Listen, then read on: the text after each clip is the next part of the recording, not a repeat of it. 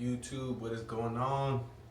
Back at y'all with another video. Just giving y'all a quick update on my rifle, what I've done to it so far, and how it's been working for me.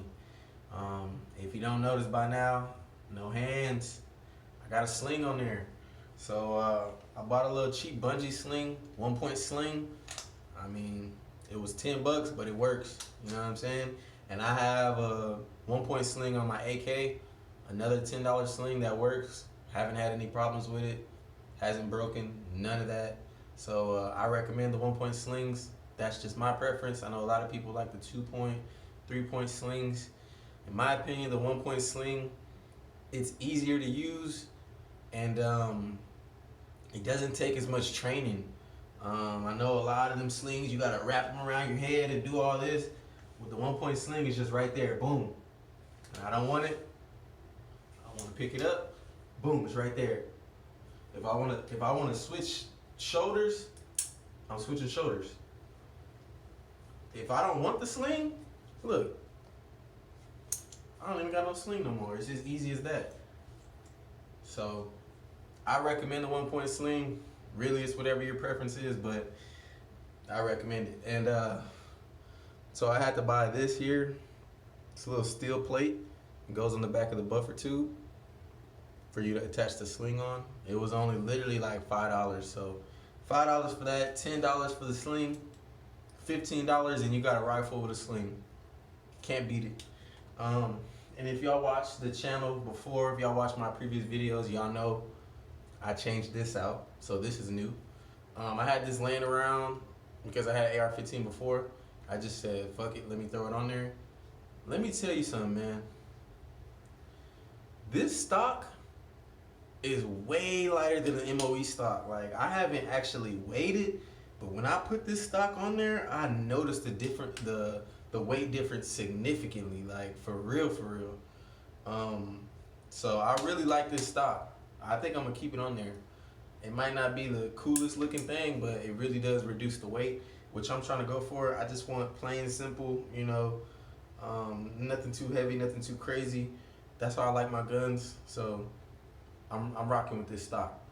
One more thing that I did, I put a muzzle device on there. I put a different muzzle device on there. It's not the standard A2 flash hider. It's a little different, as you can see. The little crown on there. It's a little swag on there, man. It's really, I just put it on there for looks. I don't really notice the difference between like recoil or anything like that. Again, the 223 this round is not really harsh when it comes to recoil, so very manageable. I just put it on there for looks, really. It's something different. I don't want to have the same thing as everybody else. So, yeah, I recommend that. It's a T3 2A device. It was only like $40. And really the only reason I got it is because it ships for free. You know what I'm saying? Because I bought this, it was only $5 and this was only 15. So when I bought it online, it was like, you need to add more to your cart for free shipping. So I said, fuck it, might as well get the device. Let me let y'all know, man. A lot of y'all don't sight in y'all's rifles. Make sure you sight in your rifles so you can hit what you're aiming at. Besides that, if you sight in your rifle and then you go and change your muzzle device, you change whatever's on the end of your barrel, you need to re-sight that rifle in. Just giving y'all a little pro tip. You need to sight it in. If you're gonna put a suppressor, silencer, anything you're gonna put on there, you're gonna need to re-sight the rifle to compensate for whatever you're changing up here. It's just physics.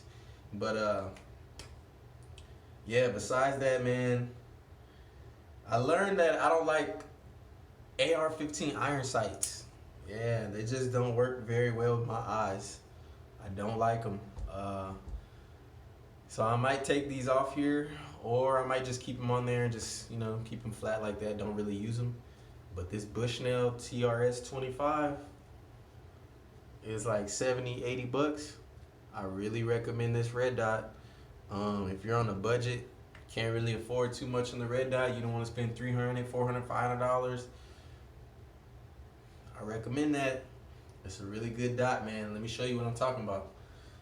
First of all, it hasn't lost zero for me. The battery stays good. I don't really have no complaints about that red dot. Keep in mind, this is a 6-inch target. Let me put it on my. This is a 6-inch target at 25 yards. So, at 25 yards, if you're aiming right here, the red dot is pretty much covering this whole circle. Look where I'm hitting.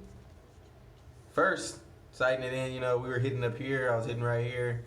You know, I'm aiming right here, but the bullet is hitting here. So I had to make the adjustments to bring it where I needed to. Point of aim was point of impact.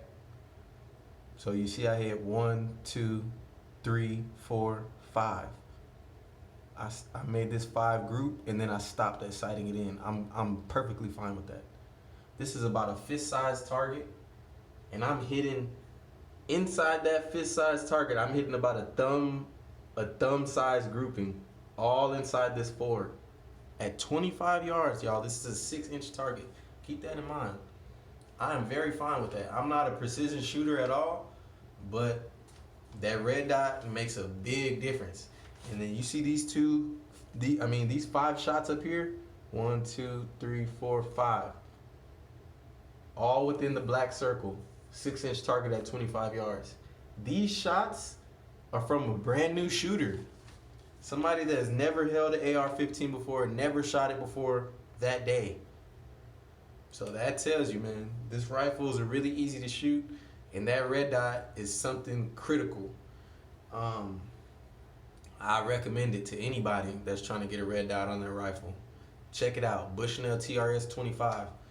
But besides that, man, we're gonna keep testing this rifle. Y'all are gonna keep seeing it on the channel. Next week, I'm gonna probably get some footage for y'all at the range. Probably do some run and gun stuff. But besides that, man, y'all stay safe, stay blessed, stay strapped. Have a good one.